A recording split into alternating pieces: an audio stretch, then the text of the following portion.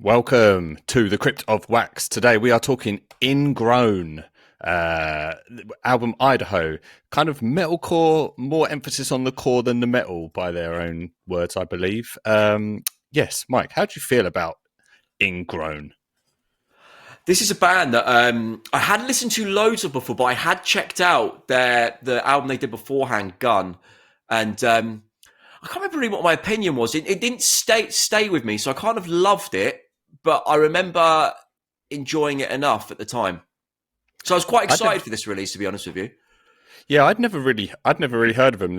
I'm not really into this kind of this scene. It kind of escapes me at the minute.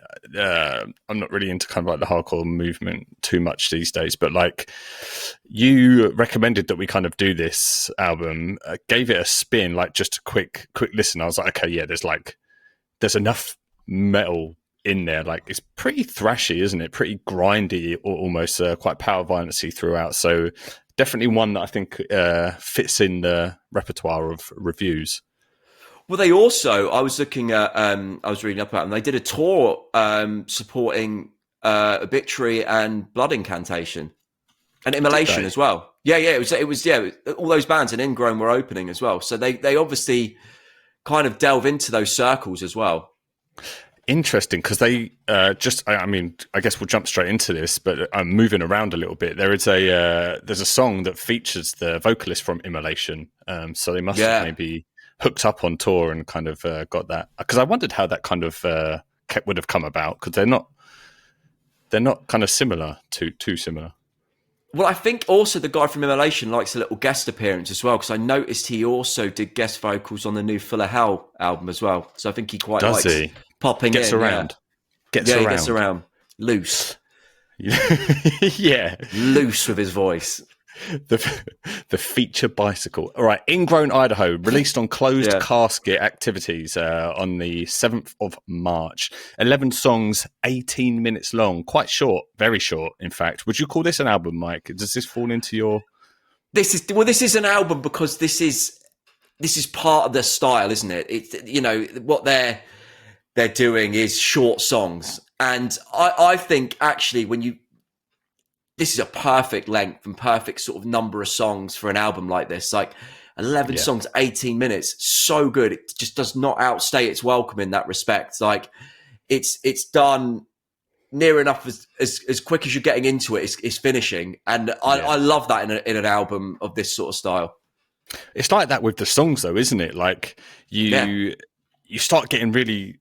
Like, you find a bit of the rhythm in the song, and then before you know it, they've sort of just finished it, and you're like, oh, fucking hell, on to the yeah, next one, I guess. yeah. But I mean, yeah, I mean that's their style, isn't it? I guess that's leans more into the kind of like grind and power violence influence, Yeah. necessarily. But I mean, they bring in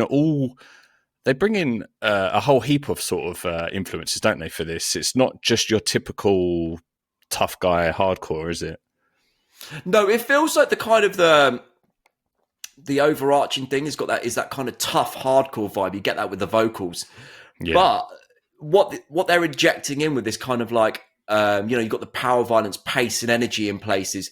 You've got quite a bit of metal in there. You've got some like kind of death metal influences as well. A lot of yeah, like double kick moments as well. A bit that they do, which I mean, I want to talk about the drummer because I think the drummer's fucking yeah. amazing in He's this. so good. And he just, I think what he brings to this band makes it all click. Like the way he changes up is Yeah. what brings all those influences together. And one thing he does, and I want to know if you like this because I think you might. He loves to bring in that like caveman sort of beat in Yeah, places, and I yeah. love it when he brings those aspects into it. It's He always a really cool moment in the song. It's true, man. He carries. I'm not going to say he carries the band, but he's able to sort of like carry the shifts in the song. Yeah. For example, there's track 4, Cold Steel. There's this Oh yeah. there's this kind of like really kind of basic but heavy beat down chuggy section, but he just does this like really weird hi-hat beat over it that doesn't... At first, it really threw you because you were kind of just expecting the kind of typical heavy, stompy beat, but he just does this really weird hi-hat beat that just completely catches you off guard, and it kind of keeps you on your toes a little bit. There's an aspect to this band where it's like you think it all sounds really simple, and it does. It's got this kind of primitive, primal feel, but they're clever enough in doing it that they're able to add these bits. It's mainly with the drummer, but I think the guitars and bass obviously accent it as well. That adds a little layer of nuanced complexity to what they're doing. Absolutely. Yeah, that's well said. Can I just say, John, right, so John, and it annoyed me he did this because he tried to give the game away straight away. He messaged me saying that he listened to this album and largely disliked it, which again annoyed me because I wanted to surprise of being on the pod. But you sound quite positive so far in actually talking about it. Yeah, so like when I gave it a first listen, like literally one song just to see like what it's like, and I was like, okay, this is pretty good. Then on my very first listen all the way through, there was something about it that didn't click, and I think it was the vocals initially. But on multiple listens, they definitely clicked, and it was I just allowed myself to kind of have fun with it because, like you said at the start, it doesn't outstay its welcome, and it kind of does enough in that 18 minutes to just be like, that was a bit of a wild ride and like a punch to the face that was just enjoyable, to be quite honest. I think the vocally, that's the aspect of it that's probably tied in most of the kind of tough sort of hardcore vibe in general. Yeah. So I think if you're not really into that, it's either going to put you off entirely, or you're going to have to you're going to get into it. And actually, it's probably, I'm not massively into that sort of stuff. I can appreciate that when it's done well, but I think this album, it's done really well. Like, it is. If I'm in the mood for that kind of thing, I'm going to listen to this album. This does it so well. And it just brings in all those other influences and sounds.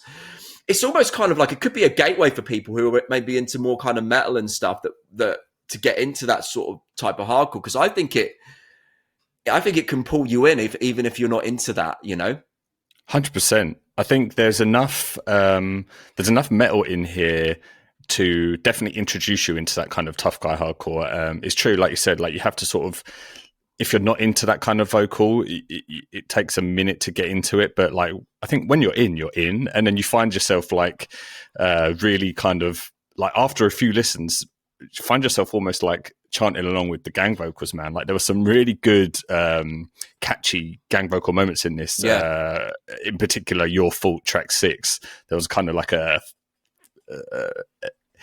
swear word.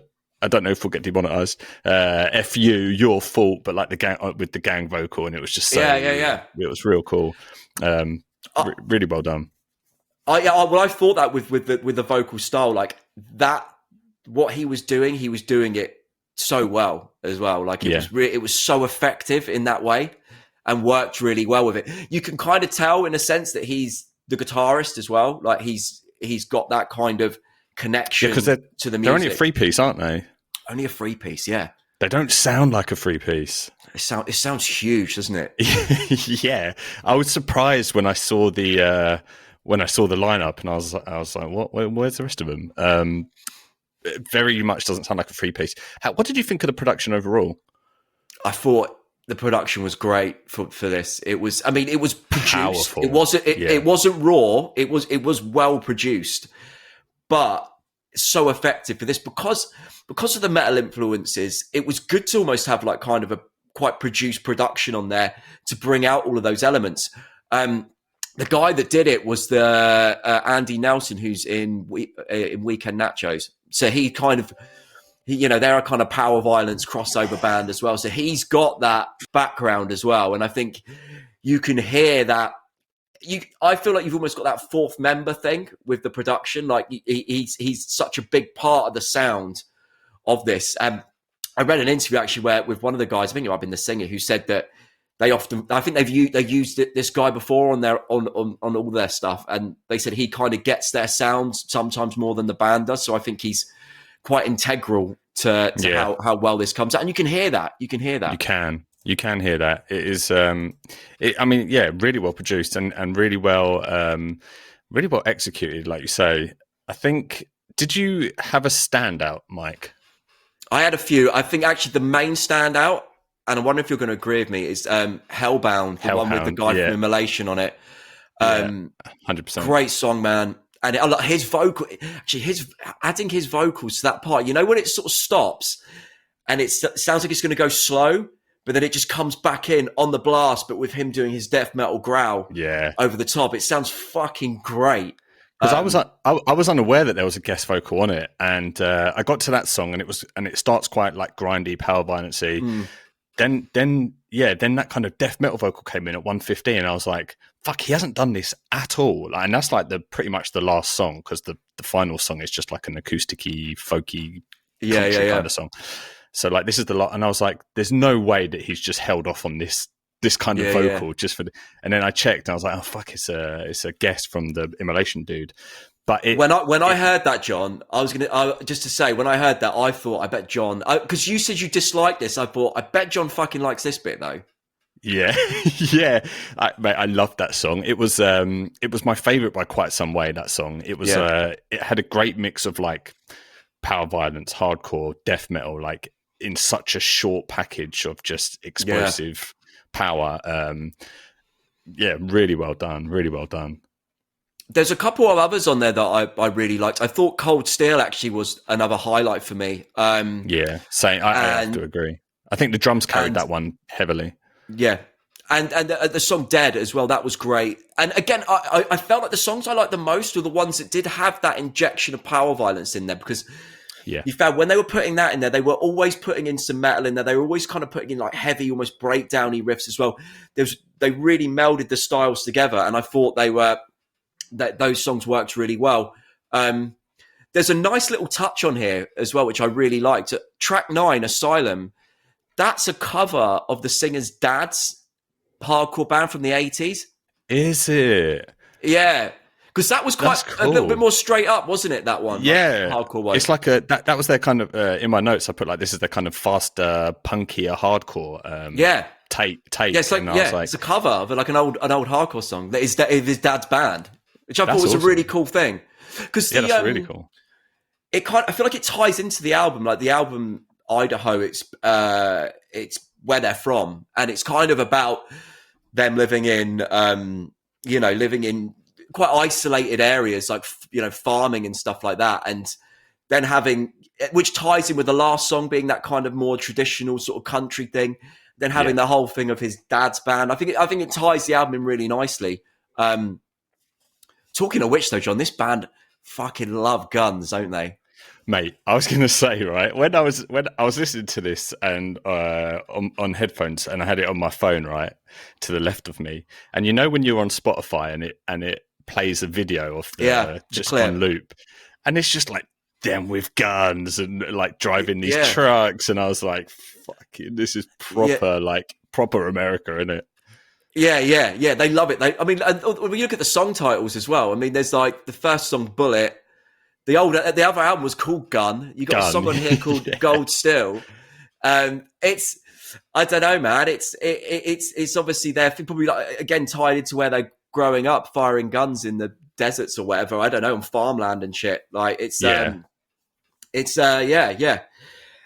love. I tell you what, as well, they love weed. Did you see their music video? And they're just like fucking getting. So I haven't actually seen the whole video. I just saw that kind of clip that loops. But are they love it? When I was reading up on it, it said. On them, it said they were straight edge. I saw that, but their music videos, they're fucking smoking joints and stuff. Let us know in the comments, Ingrown. Yeah. Do you partake in the devil's lettuce, or are you X to the abstain? Core? Yeah, abstain from it. Man. Nice. This album, this is like one of the funnest albums I've heard this year, and I do think I'll go back to it. I really do. It is fun, isn't it? That's like a great way to describe it. It's short, powerful, to the point, like just a fun, mosh-worthy, hard album. Like if you're not necessarily into kind of tough guy hardcore, but are into kind of more kind of grindier death metal things, like check this album out 100%, and you might just find something quite cool in there. What do you think, John? Do you think this album, come the end of the year, maybe in hardcore circles, do you think this album would be probably regarded as one of the best releases of the year? I don't know if I know enough hardcore to say that, to be honest. I'd say it's one of the best modern hardcore albums I've heard, though, in recent years. Would you say? Of like really new stuff. Do you know what I mean? Yeah. I guess you're more into that than I am, so I guess you're better to comment. But maybe in the year we'll kind of do more hardcore stuff and kind of see where it sits. I think especially crossover, because this firmly crosses over, doesn't it? It does firmly cross over. And you'd recommend this, Mike? This gets your seal of approval. Definitely. Oh, can I just say one more thing? I know I'm kind of going back because just because we haven't mentioned it, but how good does the album open on that song Bullet? Yeah, it's like just such a great introduction to the album. Yeah, with just that sort of it's on the guitar and that kind of riff for seconds, then it just bursts straight in, and then straight in on the blast beats with the vocals. It's such a good way to open it, and it doesn't let up. It doesn't let up from there on. It doesn't. No, it's a full on okay, this is what I'm getting. This is what I'm getting myself into for this for these next 20 minutes. Really cool. Yeah, man. John, right, do you like? Can I just say? Sorry, I'm fucking all over the place. Did you like that? The ending track, the kind of country sounding thing. Did you like that came at the end as opposed to say something in the middle to sort of break it up? Yes, I did.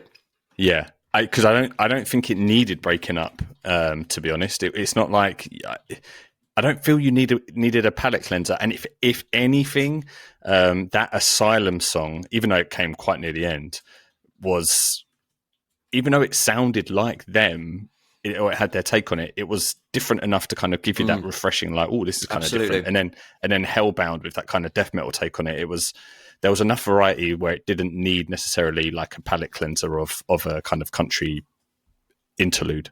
So yeah, no, I was happy that went at the end. Good. Right, I'm done now. You can end it. We can end the video, right? Yeah, thanks for sticking around and watching this to the end. Let us know if you've heard this album, what you think of it. We put out videos every Wednesday and Friday, so check back for the latest metal releases, and we will catch you in the next one.